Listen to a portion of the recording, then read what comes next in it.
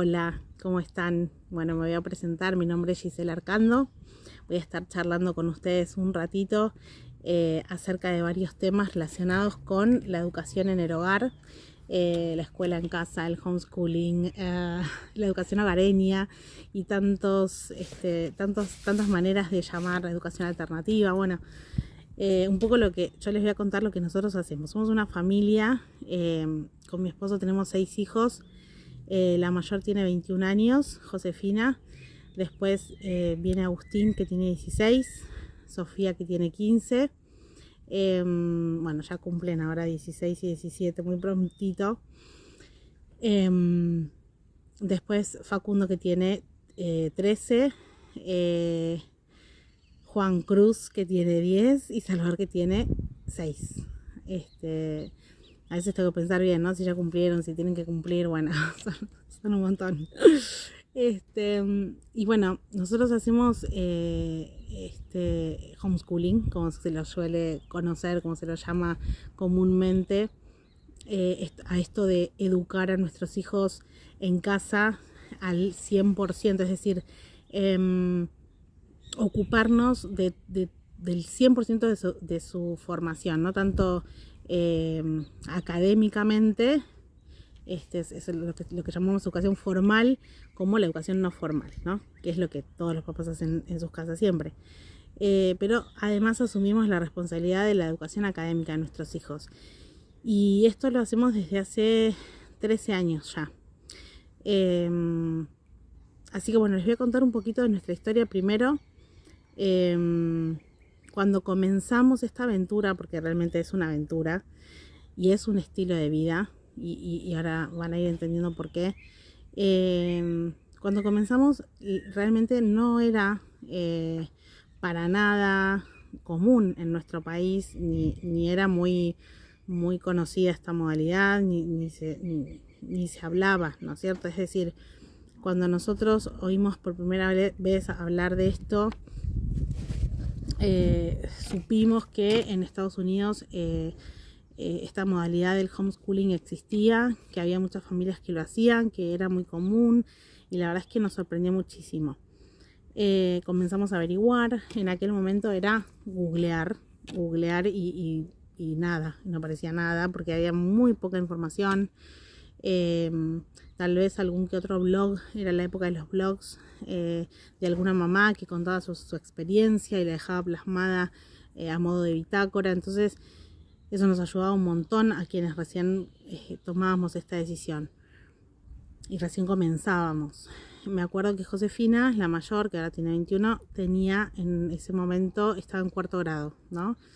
Y los otros dos que decían estaban, uno empezando 1er grado, y o sea, tenía que empezar 1er grado, y la más chiquita estaba en la última salita de jardín. Tenía que hacer la última salita de jardín. Y después tenía un bebito. Mi cuarto hijo, Facu, era bebé. Y la verdad es que teníamos mucho miedo. No sabíamos cómo hacer, como se encuentran muchas mamás que ahora llegan a nosotros y nos consultan. Yo les cuento que además de ser mamá homeschooler de 6 hijos desde hace 13 años, también soy la directora de un programa de acompañamiento a familias que hacen homeschooling desde hace unos 7, 8 años que venimos acompañando familias. En esa época empezó a gestarse Mare Verum, que es este programa de acompañamiento, ¿no? Y bueno, muchas de las mamás que llegan hoy a nosotros estaban como yo en aquel momento que recién comenzaba. Y tenía muchas dudas y muchas preguntas. Tenía que desescolarizar mi mente. Además, yo soy docente. Entonces había trabajado muchos años en colegios, había estado en aulas frente a alumnos. Y bueno, realmente me resultaba muy difícil pensar que esto era posible, ¿no? ¿Cómo podía ser que sacáramos a los chicos del sistema escolar, del sistema educativo? Bueno, comenzó entonces esto a dar vueltas, comenzamos a investigar, a buscar información, y así dimos nuestros primeros pasos con el acompañamiento de otras mamás que encontramos, que no fue fácil encontrar porque éramos muy poquitas, pero con ese acompañamiento y ese consejo, ¿no? de mamá a mamá. Así fueron nuestros comienzos, ¿no? Con mucha incertidumbre, con muchas preguntas, respondiéndolas de a poco, leyendo a otras mamás con más experiencia, y fuimos dando los primeros pasos. Al principio, como todas, qué tan difícil puede ser, es como lo mismo que hago en la escuela, pero en casa, ¿no? Entonces, típico, monté espacio, aprendizaje, pizarrón, todo como si fuera un aula en mi propia casa. Bueno, al poco tiempo de transcurrida nuestra experiencia, nos dimos cuenta de que no funcionaba, ¿no? De que no era lo mismo, de que los chicos no aprenden de esa manera, de que los chicos aprenden observando, tocando, haciendo, jugando. En el aula es muy difícil poder lograrlo, son muchos chicos, la educación personalizada es absolutamente diferente. Tiene una dinámica muy diferente y un ámbito escolar no es igual a un ámbito familiar. Entonces, primer aprendizaje, ¿no? Esto no es lo mismo, esto no es la escuela en casa, por más que se llame homeschooling, no es la escuela en el hogar. Entonces, ¿qué es esto? Bueno, y ahí comenzó mi búsqueda también como docente, ¿no? De poder investigar distintas corrientes educativas, distintas alternativas de aprendizaje, y comenzó, la verdad, un largo camino que no me va a alcanzar el tiempo ahora para contar la experiencia del trabajo. Fue la época de la educación prohibida, del documental, de encuentros, de encuentros con familias, de mucha lectura, de mucho prueba y error. Mis hijos más grandes, siempre digo, fueron los conejillos de indias de todo esto, pero la verdad es que salió muy bien, salió todo muy bien.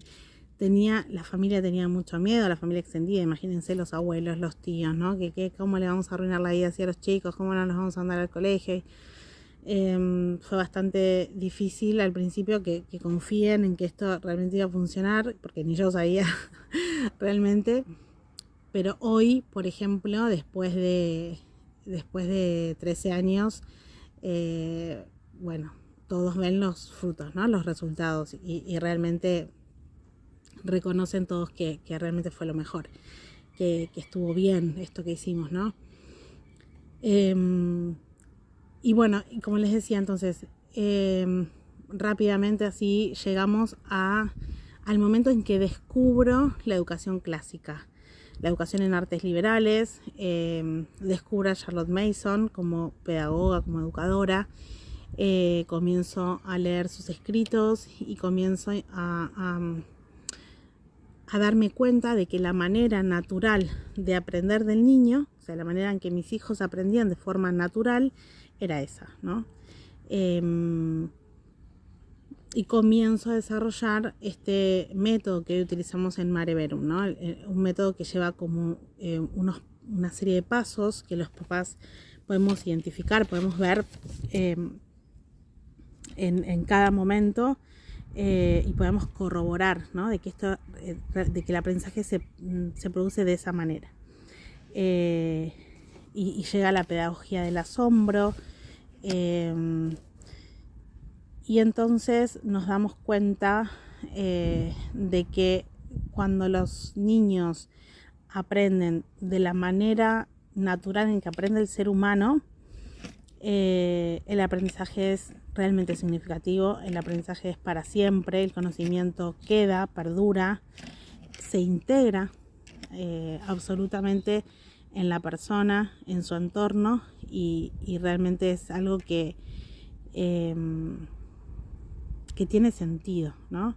Que tiene sentido. Yo no encontraba un sentido realmente en la escuela, nunca lo encontré, ni siquiera antes, ¿no? Cuando era docente.